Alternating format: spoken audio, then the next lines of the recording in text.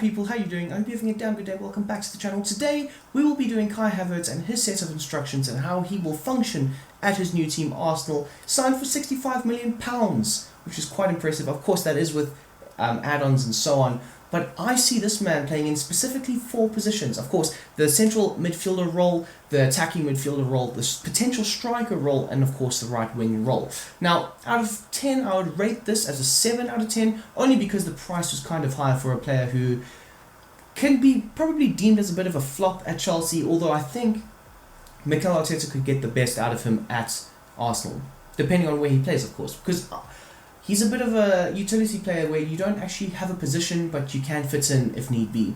So I think that's more or less the role that he will have, and I think he will be rotated quite frequently in this Arsenal team. So it will be very interesting to see. But without further ado, let me hop into these instructions so I can tell you how this man's going to work. So off the bat, we have got the left central midfielder role, of course, formerly the Granit Xhaka role. I've decided to put him in here because I see him in this role more often than not. He has the physical attributes to work out really well. He has the ability to play this position quite well, although he was never given this opportunity at Chelsea. So it is very interesting, but I do think that this is where he will be playing more times than not. And of course, in Arteta's press conference, when speaking about him, he did call him a midfielder. So it does lead me to believe that this is more or less, or even the attacking role, but this will be more or less where he does play. So, as for attacking support, you have him to on get forward. You want him getting forward high up the field. He's not exactly Granit Xhaka, who's going to drop into a left back role from time to time or help take the ball off the back four. That's what Declan Rice is there for. So when Havertz and Odegaard are playing, you best believe you're going to attack the opposition full tilt. Like there's no holds barred. It's nothing. It's going to be blood, sweat, and tears for that opposition. So he is set to get forward so he can be more involved in the attacking play. And that's why Rice will be so important for this team going forward, because he is going to get the ball to the likes of Havertz or Odegaard. So essentially, you could say that this is more or less of an attacking midfielder role, but at the same time, you don't want to set it to left attacking midfielder because it then leaves too much space for the opposition to work with, and you don't want that. So you want him still set as the left-sided midfielder, but with a more attacking advanced role, which is why we have him set to get forward. As for support on the crosses, you want him to be able to pick and choose whether he needs to get into the box or stay back, hang back on the edge of the box to collect the ball, receive possession, recycle possession, collecting loose balls. So you want him to have a variety of options doing that, and I think that this gets the best out of him going forward. As for the interceptions, it's set to normal, as is Odegaard. You don't really want them obliterating their stamina and getting tired, of course. Then, as for the positioning freedom, you want him set to free roam. Now, what I liked about this is it does create a little bit of havoc in a way, controlled havoc, of course, but it allows him to overlap sometimes with Martinelli, very much what Granit Xhaka did last season, where he would overlap with Martinelli. Martinelli would operate as a more of an inside forward, and Granit Xhaka would be in loads of space from time to time and allow him to cross the ball into the likes of a Jesus, a Martinelli, or a Saka, which is quite nice nonetheless. We kind of did do this with the James Maddison role. If you've watched that video, thank you very much, where Maddison and Kulusevski tend to swap from time to time, and Maddison operates as a wide midfielder, and Kulusevski operates more or less as a secondary striker, which you would see with this a lot more. This also allows Havertz to operate in the tiny spaces created by the likes of Martinelli and Jesus, as well as Odegaard and Saka, by pulling the opposition's defense, in different directions with their pace, of course.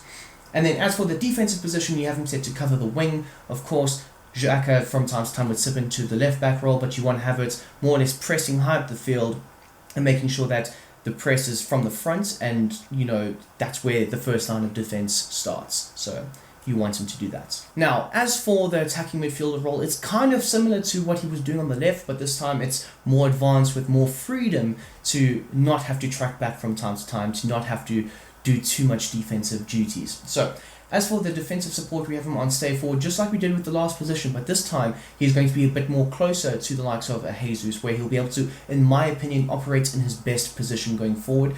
At Leverkusen, he was very much a centre forward / a second striker, where he would operate off the shoulder of the brute force striker that they had, and I think that this probably gets the best out of him, in my opinion, because I don't think he's ever been the guy to bully players, back to goal type striker. He's always been the guy that collects the ball off the striker and makes the darting run to potentially finish and score a goal. So this will definitely do for the likes of Jesus and the likes of Havertz.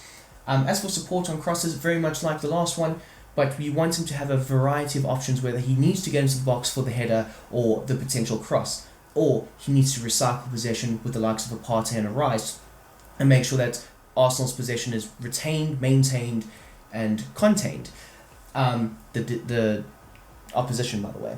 As for positioning freedom, we have him set to free roam now. For Martin Odegaard, I haven't set it to this. It's more or less drift wide because you want Odegaard to fire crosses into the box. But with this, you want him to have more opportunity to be able to operate in and around the box, where he can create in those little spaces for the likes of Saka. Because let's be honest here, Saka is going to operate very much like Martinelli, but as an inside forward. So it'll allow Havertz and him to have a more fluid flowing offensive game where Havertz doesn't need to say, okay, well, you know what, I need to play just as the number 10. It can be Saka, it can be Havertz, it doesn't really matter. And then as for the interceptions, it's set to normal. Okay, so as for the striker role that we may see Havertz playing from time to time, I kind of picture Arteta playing Havertz as a striker, but in more of the Roberto Firmino role, where he drops back into the midfield, he helps overload the midfield areas, but he creates space for the attacking pacey wingers, Mane and Salah. In this instance, it would be Martinelli and Saka, and they operate quite well as inside forwards. So that's how I see it, but it could be different. Who knows? Maybe he could turn into Didier Drogba and find his form in front of goal and score 50 headers next season. I don't know. But what I do know is that these are the instructions that would probably get the best out of him, in my personal opinion. So, Havertz, support runs, you want him to drift wide. You want him to operate in the wide areas from time to time, but it wouldn't be too wide. It's not like he's going to be playing as a left winger or a right winger. No. He's just going to create space and deviate from time to time, pulling the centre-backs out of position and allowing the likes of Saka, Martinelli, or even sometimes a Martin Odegaard to operate in that space that he's pulled that centre-back out of. You want him to be more of a distraction than anything else. As for the attacking runs, it is set to mix, so he can have a ball in behind from time to time. He can operate as a false nine, or he can even operate as a target man, back to goal, but I don't necessarily think that is his best position going forward. I think he could link up the play quite well, especially if Odegaard is playing slightly higher up, working with him, opposed to him just being the guy, like I said earlier, that's going to have his back to goal, hold off the centre-back, pass it on. He's never been that guy, so it's best to try and not do that all the time, because you're not going to succeed with it, in my opinion, that is. So, as for the interceptions, it is set to normal, and then defensive support, this is why I said it's more of the Roberto Firmino role, because you're going to come back on defense, which means he'll be involved more in the build-up play as the play progresses higher up the field, because he's going to be, he's going to drop deep from time to time, drop into the likes of the Odegaard role, or even the Partey role from time to time. And I think that creates, like I say, a little bit of havoc. He is very much a havoc-esque player, because the opposition just don't know what he's going to do. And like I say, a spanner in the works, a very nice player to have, a utility player. And finally, we're going to do his last position, the right wing position, a position where I don't think he will be playing that much, but he can have the ability to play there. And of course, this is my opinion on what the instructions would be for him, so don't hold me to that. I don't know Mikel Arteta and what he has planned for this man. But in terms of just going off of what Havertz is good at, he's not a pacey player. He's not going to hug the touchline and beat a man off the dribble and make sure that he can, outpace the left back or the right back and beat him to the touchline and cross him. He's not going to do that, unfortunately. Sorry to burst your bubble. At Leverkusen, I think he did play as a right winger, but of course the Bundesliga is a slightly slower league, so he can get away with that.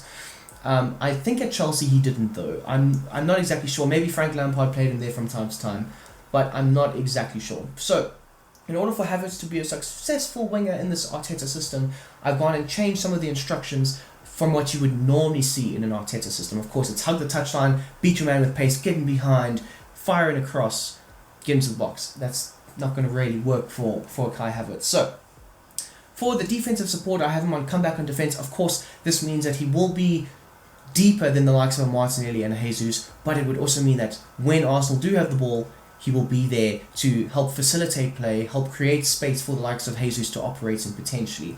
And he'll be more involved in the build-up play, which is quite nice. for a winger especially a winger like him who doesn't have loads of pace to burn. As for chance creation, you want him to cut inside. Like I said earlier, you want him to be more involved in the build-up play. You want him to be more involved in the midfield. Him and Odegaard can have a nice relationship of changing positions, creating space for one another, and functioning in the tight spaces and the quick nitty-gritty passing that they can pull off. I'm pretty sure Havertz is a damn good passer. My opinion, of course, I could be wrong, but he does have a very good first touch on him, so I think he could work quite well with the tight, quick 1-2-esque passes. As for the support runs, I have it set to come short because you don't really want him to get in behind. Like I say, he's not the exact, Saka-esque player where he can just outpace you and outmuscle you. He's not going to do that. He might be able to outmuscle you, but not with pace. He's not going to put the burners on and Dom Toretto your ass. He's definitely not going to do that. So like I say, come short, be more involved in the build-up play, ball to feet, little pass around the corner, potentially to an Odegaard, receiving the ball back. It could work. It could definitely work with Havertz in this role. And I think it, damn it, man, smash the like button. I think it can work. Then as for support on the crosses, of course, he is tall, he is physical, he is strong, of course. So get into the box, like the other wingers, of course, but I think he'll be more of an aerial threat going forward. And then as for the interceptions, it is set to normal. So, if you have enjoyed this video, I know it's a slightly longer one, we did 4 damn positions. Leave a comment, subscribe if you are new, smash the like button please, and of course until the next time, I hope you have a damn great day.